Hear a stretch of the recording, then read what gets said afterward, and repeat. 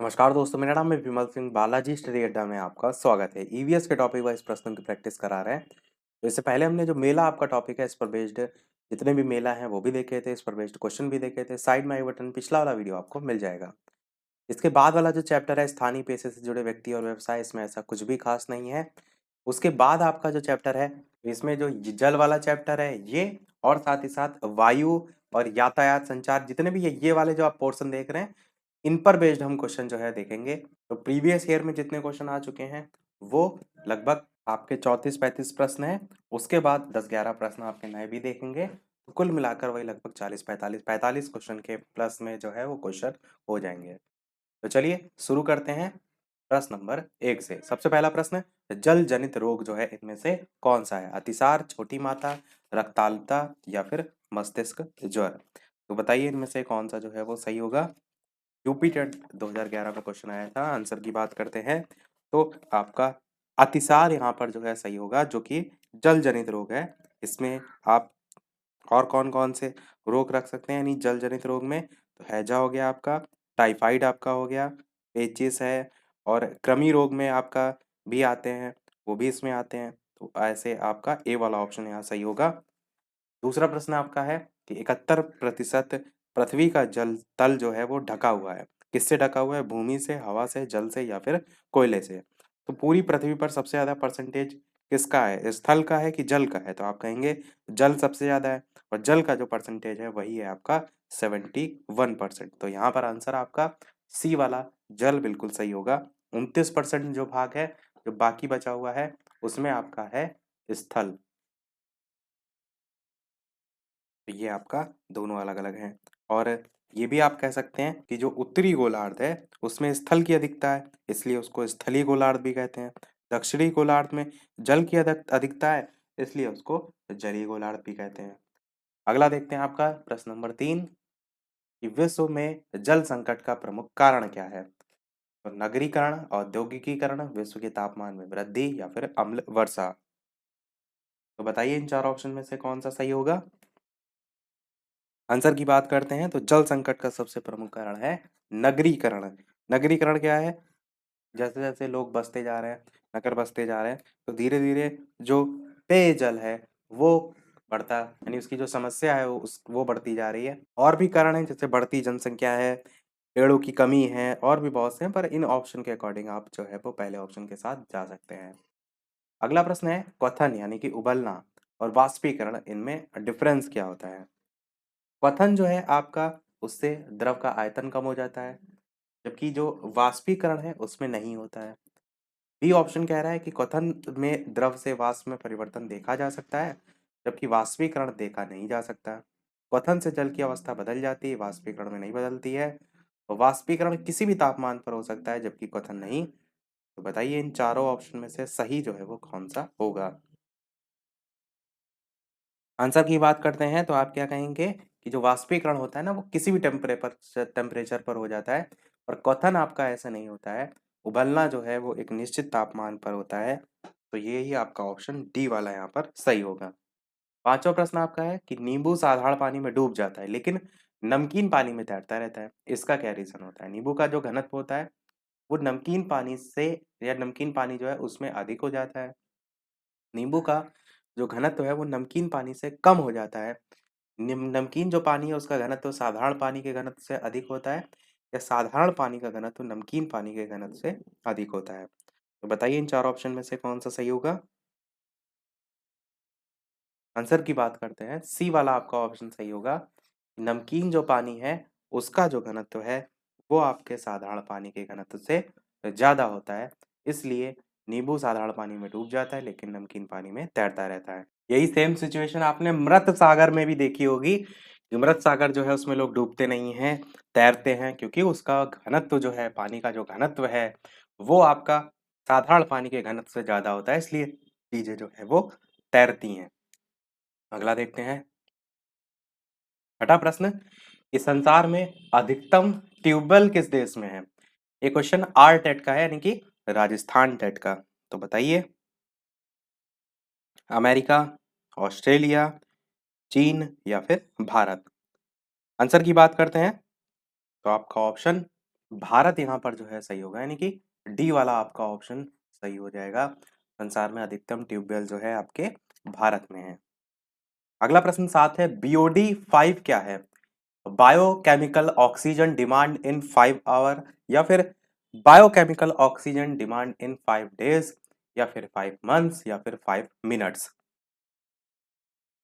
BOD की तो full form आप सभी को पता है, बायोकेमिकल ऑक्सीजन डिमांड होती है, पर साथ में जो ये 5 लगा हुआ है ना, ये क्या होता है, ये यहाँ पर पूछा गया है। पीटेट जुलाई 2011 में आया था। क्वेश्चन आंसर की बात करते हैं तो biochemical oxygen demand in 5 days आपका जो है वो सही होगा। ये जो है जल प्रदूषण का जो लेवल होता है ना, उसको दर्शाता है। 8वां प्रश्न है, पानी में पाए जाने वाले रेडियो सक्रिय पदार्थ का अंश जो है कारण बनता है? कैंसर का, आंख से पानी गिरना, डीएनए विखंडन, या फिर सभी। तो बताइए इनमें से कौन सा सही होगा। तो ऑप्शन एबीसीडी में से आंसर की बात करते हैं तो पानी में पाए जाने वाले रेडियो सक्रिय पदार्थ का अंश का कारण बनता है आपका सभी, यानी कि कैंसर भी आपका, आंख से पानी गिरना भी, डीएनए विखंडन भी, यानी उपर्युक्त सभी जो है आपके इसके अंतर्गत जो है वो आते हैं। तो रेडियो सक्रिय पदार्थ युक्त जो पानी है उसका सेवन करने से बचना चाहिए। 9वां प्रश्न है, लवण जो जल का अवशोषण करता है वो क्या कहलाता है? हाइड्रोस्कोपिक लवण, एनहाइड्रस लवण, हाइड्रोफिलिक लवण, या हाइड्रोफोबिक लवण। बताइए इनमें से कौन सा सही होगा। आंसर की बात करते हैं तो इसे हम कहते हैं हाइड्रोस्कोपिक लवण। वे लवण जो जल का अवशोषण करते हैं उन्हें हम कहते हैं। यूपी टेट 2011 में क्वेश्चन आया था। 10वां प्रश्न आपका है कि समुद्री जो कच्छप होते हैं, कछुओं की बात की जा रही है, उनको जीवंत जीवाश्म कहा जाता है क्योंकि वे 150 मिलियन वर्षों से अधिक समय से पृथ्वी पर उपस्थित हैं। भारतीय उपमहाद्वीप के जल भागों में पाए जाने वाली जो 5 प्रजातियां हैं, उन प्रजातियों के समुद्री जो कच्छप हैं उसमें सबसे अधिक संख्या किसकी है? कैनेप्स रिडले की, लांगर हेड की, ऑलिव रिडले की, या फिर फ्लैट बैक की। बताइए सबसे अधिक प्रजातियां जो है वो किसकी हैं। आंसर की बात करते हैं तो ऑलिव रिडले आपका सही होगा। भारतीय उपमहाद्वीप के जो जलीय भाग है उसमें सबसे ज्यादा पाई जाने वाली कछुओं की प्रजाति का नाम है ऑलिव रिडले। अगला प्रश्न देखते हैं। साथ ही साथ वीडियो पसंद आए तो लाइक भी सभी लोग अवश्य करते रहिएगा और लोग साथ शेयर भी करते रहिएगा। 11 प्रश्न आपका है कि महासागरों में जल स्तर वृद्धि का क्या कारण है? ध्रुवीय प्रदेश में बर्फ का पिघलना, अत्यधिक वर्षा, अम्ल वर्षा, या फिर इनमें से कोई नहीं। तो बताइए इन 4 ऑप्शन में से कौन सा सही होगा। आंसर की बात करते हैं, पहला है आपका ऑप्शन यहाँ पर सही होगा, यानी ध्रुवीय प्रदेश में बर्फ का पिघलना जो है आपका सही होगा। अत्यधिक भूमंडलीय तापन जो है उसमें होता क्या है, जो ध्रुवीय भाग होते हैं उनके ग्लेशियर पिघलने लगते हैं, इसीलिए तो समुद्र जल का स्तर बढ़ रहा है। वही यहाँ पर पूछा गया था, महासागर जो है उनमें जल स्तर वृद्धि का रीजन। अगला प्रश्न है कि पानी के साथ प्रयोग करते हुए ज्योति ये देखती है कि स्टील की खाली कटोरी पानी पर तैरती है, लेकिन एक लोहे की छोटी सी कील जो है वो डूब जाती है। तो ये जो व्याख्या की गई है इसी के संदर्भ में पूछे गए हैं 4 कथन।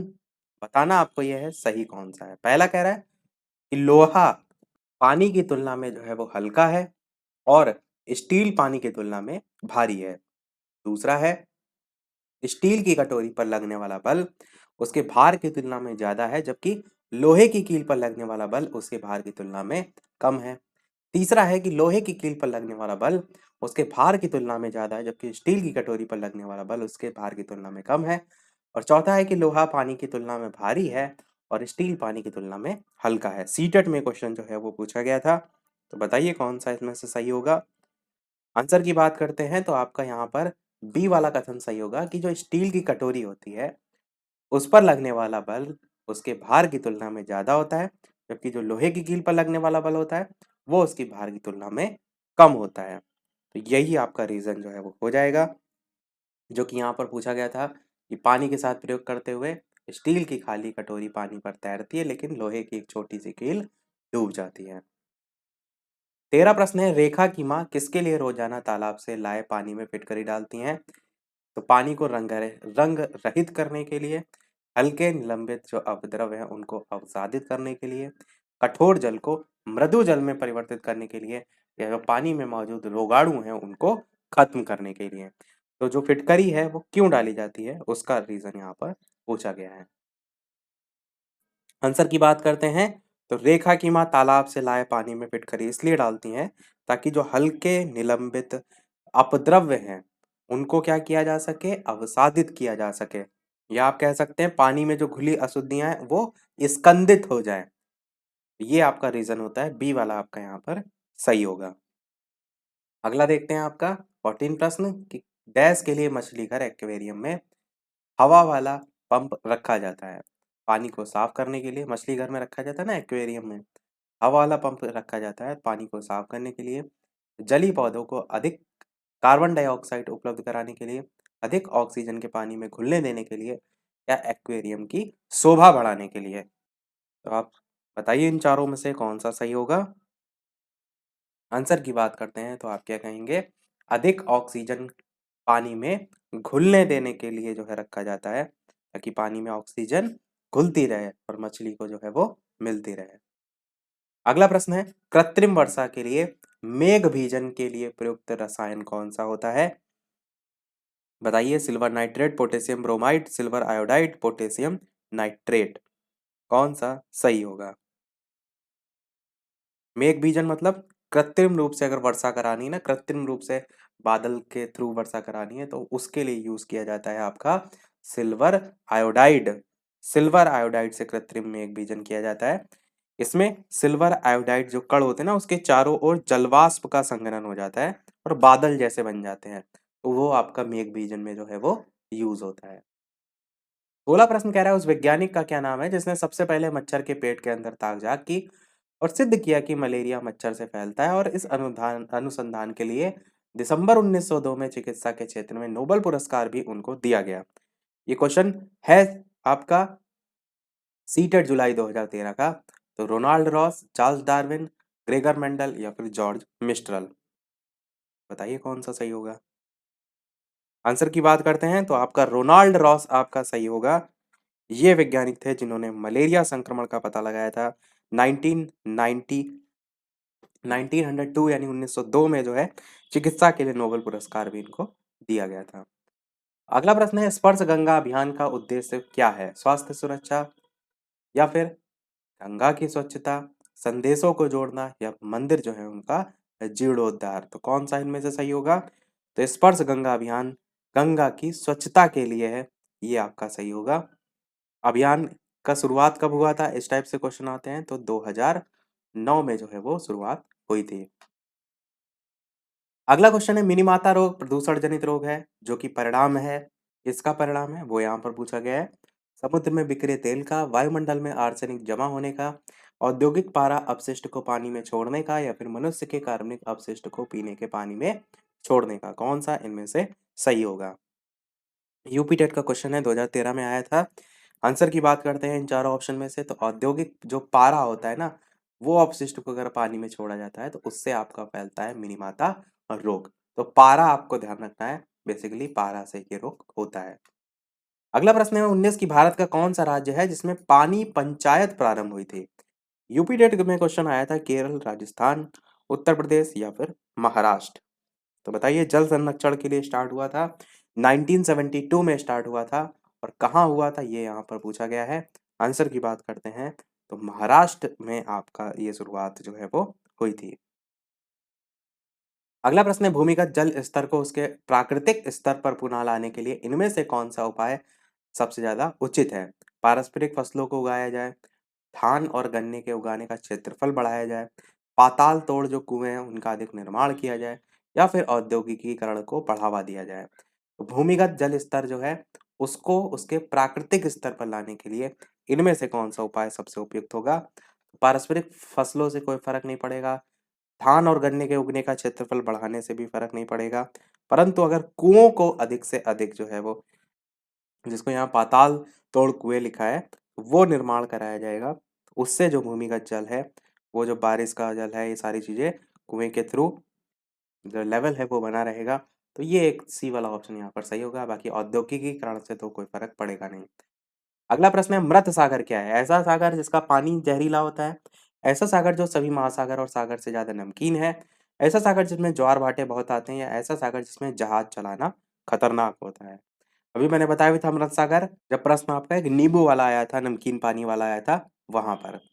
तो बताइए इनमें से कौन सा सही होगा। आंसर की बात करते हैं तो मृत सागर की लवणता के लिए प्रसिद्ध है, यानी कि नमकीन बहुत है ऐसा सागर जो सभी महासागर और सागरों से ज्यादा नमकीन है। तो ये आपका यहाँ पर जो है वो सही होगा।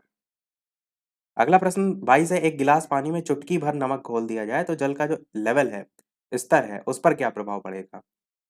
बढ़ जाएगा, घट जाएगा, एक समान रहेगा, या इनमें से कोई नहीं? तो बताइए इन चारों ऑप्शन में से कौन सा सही होगा।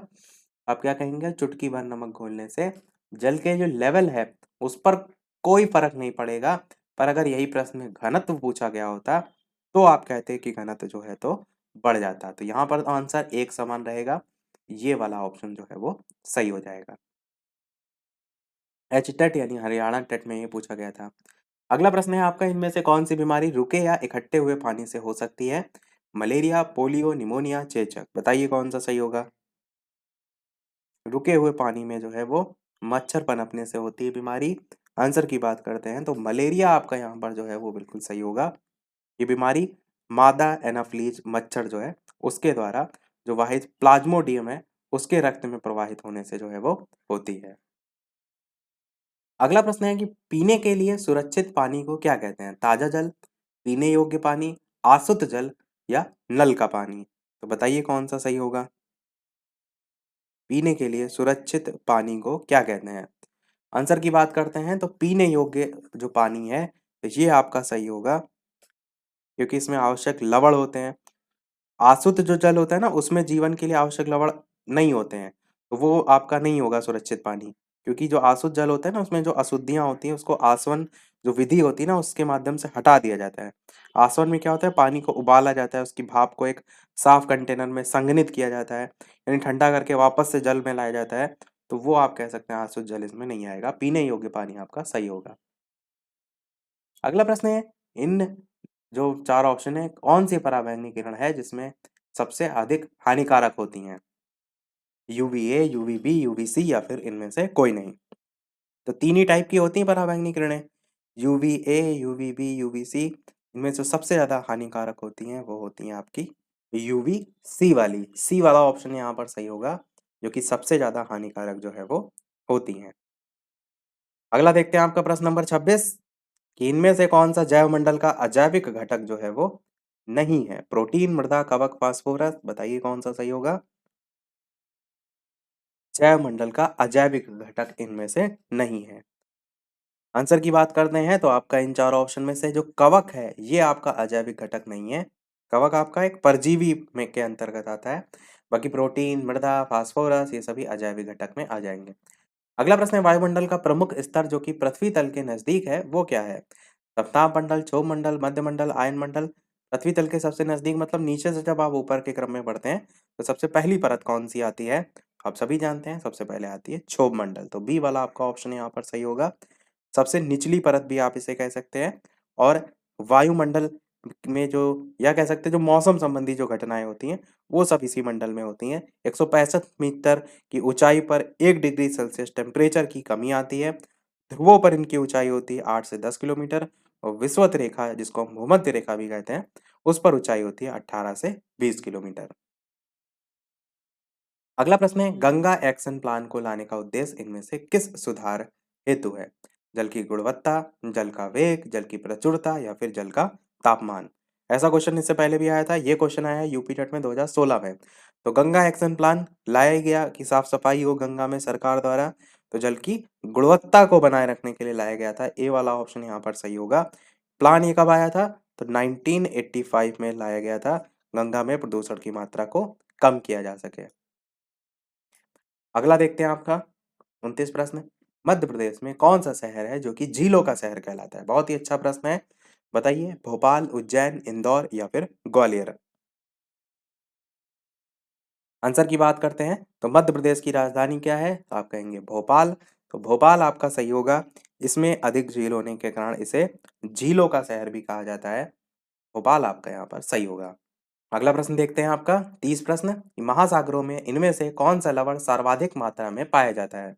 Magnesium sulphate, calcium sulphate, magnesium chloride या फिर sodium chloride?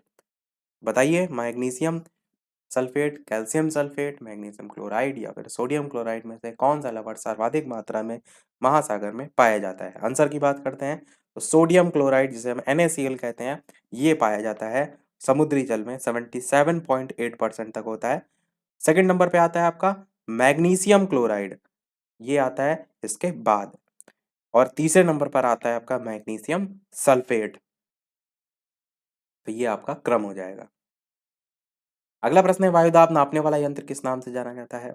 Barometer, thermometer, seismograph या फिर हाइग्रोमीटर? कौन सा इनमें से सही होगा?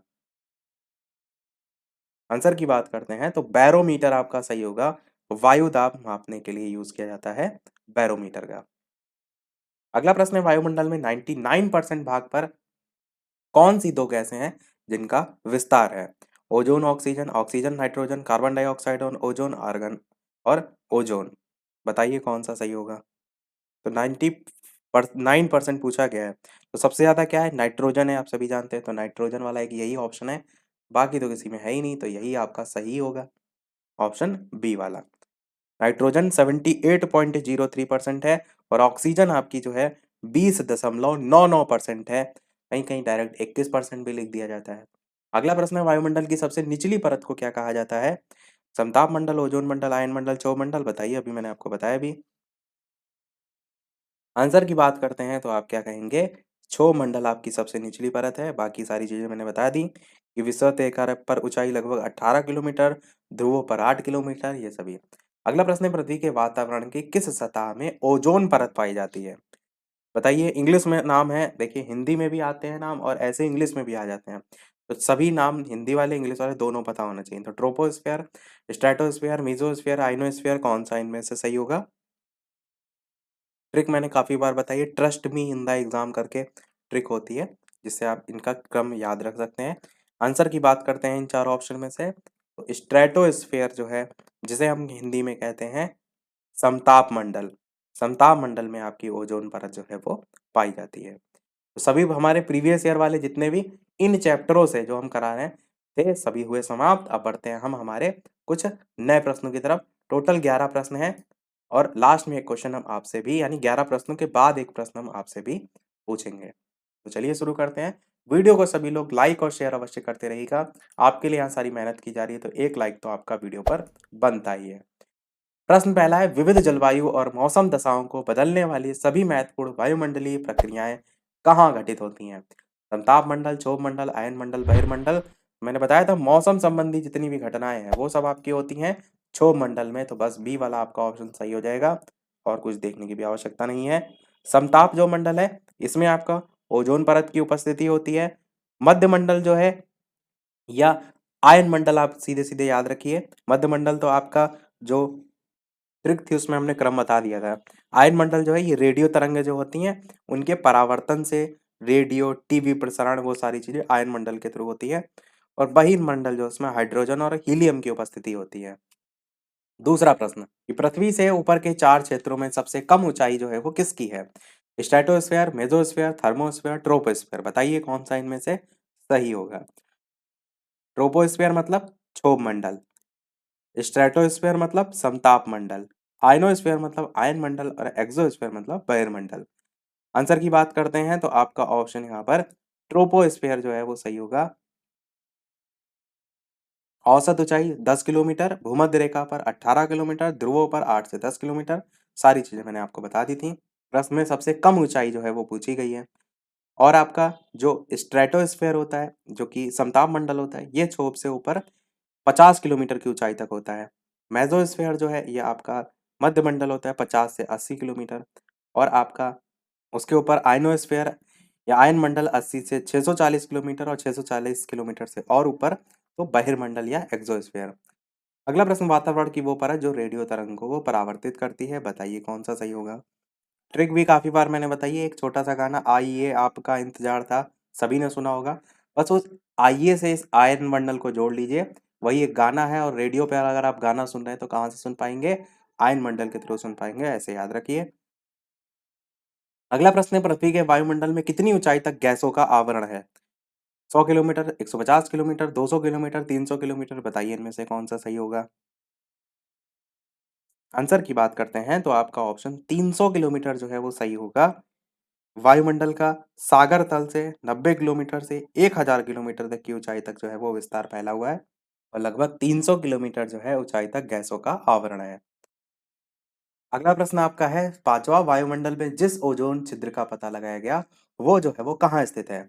आर्कटिक महासागर के ऊपर, अंटार्कटिका के ऊपर, भारत के ऊपर या फिर अलास्का के ऊपर? तो बताइए इनमें से कौन सा जो है आपका सही होगा? आंसर की बात करते हैं तो आप कहेंगे अंटार्कटिका के ऊपर जो है आपका सही होगा। जब बात होगी आपकी ओजोन परत से संबंधित तो आपके दिमाग में क्या आना चाहिए? तो आना चाहिए मॉन्ट्रियल प्रोटोकॉल। मॉन्ट्रियल प्रोटोकॉल जो है 1987 में आया था। तारीख थी आपकी 16 सितंबर की। इसीलिए 16 सितंबर को ओजोन परत दिवस भी मनाया जाता है।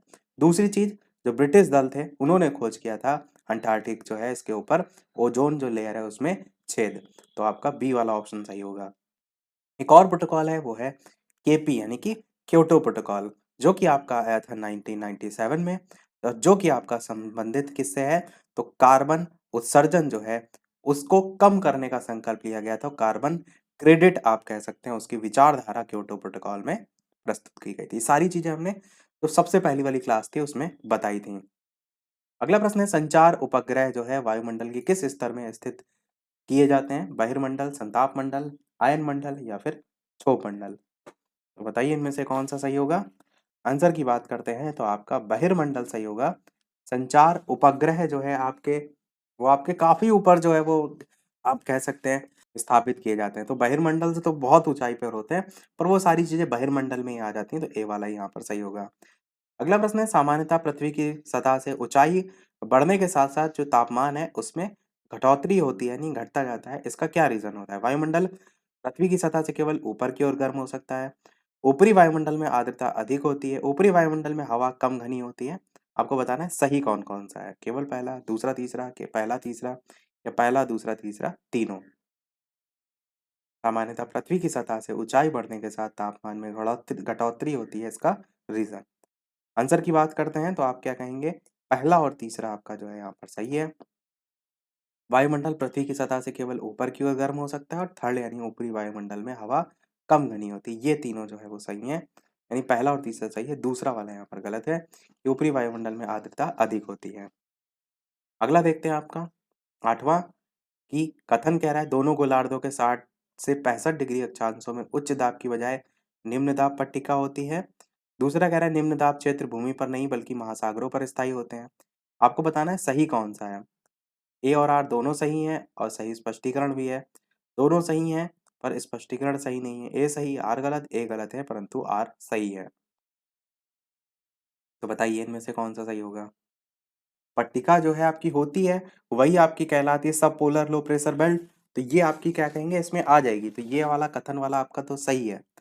दूसरा कह रहा है निम्न दाब क्षेत्र भूमि पर नहीं बल्कि महासागरों पर स्थायी होते हैं, ये आपका गलत है। ए सही, आर गलत, ये वाला आपका सही होगा। जो कि देखिए सी वाले ऑप्शन में दे रखा है, ए सही, आर गलत, ये वाला आपका सही होगा। अगला प्रश्न देखते हैं, वायुदाब सबसे कम होता है शीत ऋतु में या फिर शरद ऋतु में या फिर वसंत ऋतु में या फिर ग्रीष्म ऋतु में? तो बताइए कौन सा सही होगा?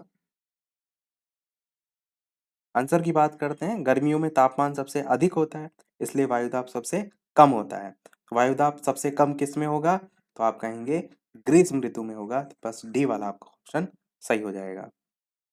और जब ऊंचाई की बात होती है तो टेम्परेचर गिरता है और वायुदाब जो है उसमें भी आप कहेंगे गिरावट आती है। तो अगर ऊंचाई करके पूछा जाए तो अलग होगा आंसर, ध्यान रखिएगा। 10वां प्रश्न सेकंड लास्ट है इस वीडियो का।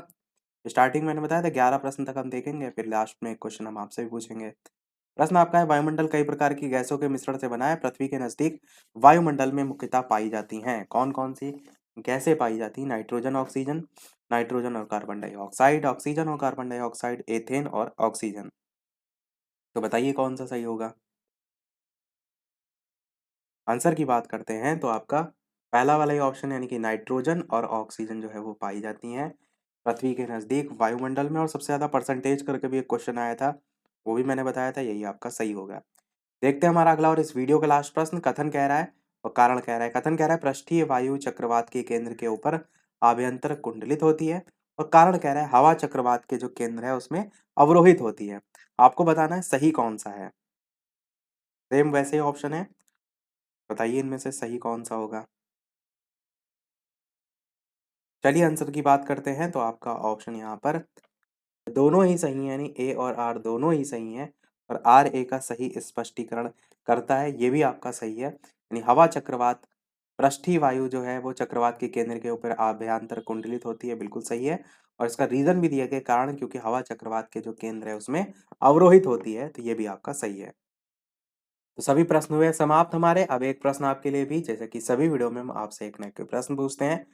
तो उस प्रश्न को देखने से पहले वीडियो अभी तक आपने लाइक ना किया हो, सभी लोग वीडियो को लाइक भी करते रहिएगा, चैनल पर नए हो सब्सक्राइब करके जुड़ जाइएगा, और टेलीग्राम चैनल से ना जुड़े हो लिंक आपको डिस्क्रिप्शन में मिल जाएगी, बालाजी स्टडी अड्डा सर्च करके भी टेलीग्राम चैनल से जुड़ सकते हैं। ये वाला प्रश्न आपके अगले चैप्टर से है। अधिकतर अब जो चैप्टर हैं वो प्रश्न पर बेस्ड हैं, यानी उनमें बहुत ही ज़्यादा डिटेल वाला नहीं है कुछ। आगे कोई चैप्टर होगा तो हम उसको डिटेल में भी देखेंगे। प्रश्न आपका है भारत का सबसे लंबा राष्ट्रीय राजमार्ग कौन सा है? राष्ट्रीय राजमार्ग 1, राष्ट्रीय राजमार्ग 2, राष्ट्रीय राजमार्ग 8 या राष्ट्रीय राजमार्ग 7? अपना आंसर वीडियो के मेन कमेंट में टाइप करके बताइएगा। और टोटल लगभग 40 से 45 प्रश्न देखे, उनमें से कितने आपके सही रहे, अपना स्कोर भी कमेंट सेक्शन में अवश्य बताइएगा। आज के वीडियो में इतना ही। वीडियो पसंद आया हो लाइक कीजिएगा और लोग साथ शेयर कीजिएगा। मिलते हैं फिर अगले वीडियो में कुछ नए प्रश्नों के साथ, नए टॉपिक के साथ। तब तक के लिए नमस्कार, जय हिंद।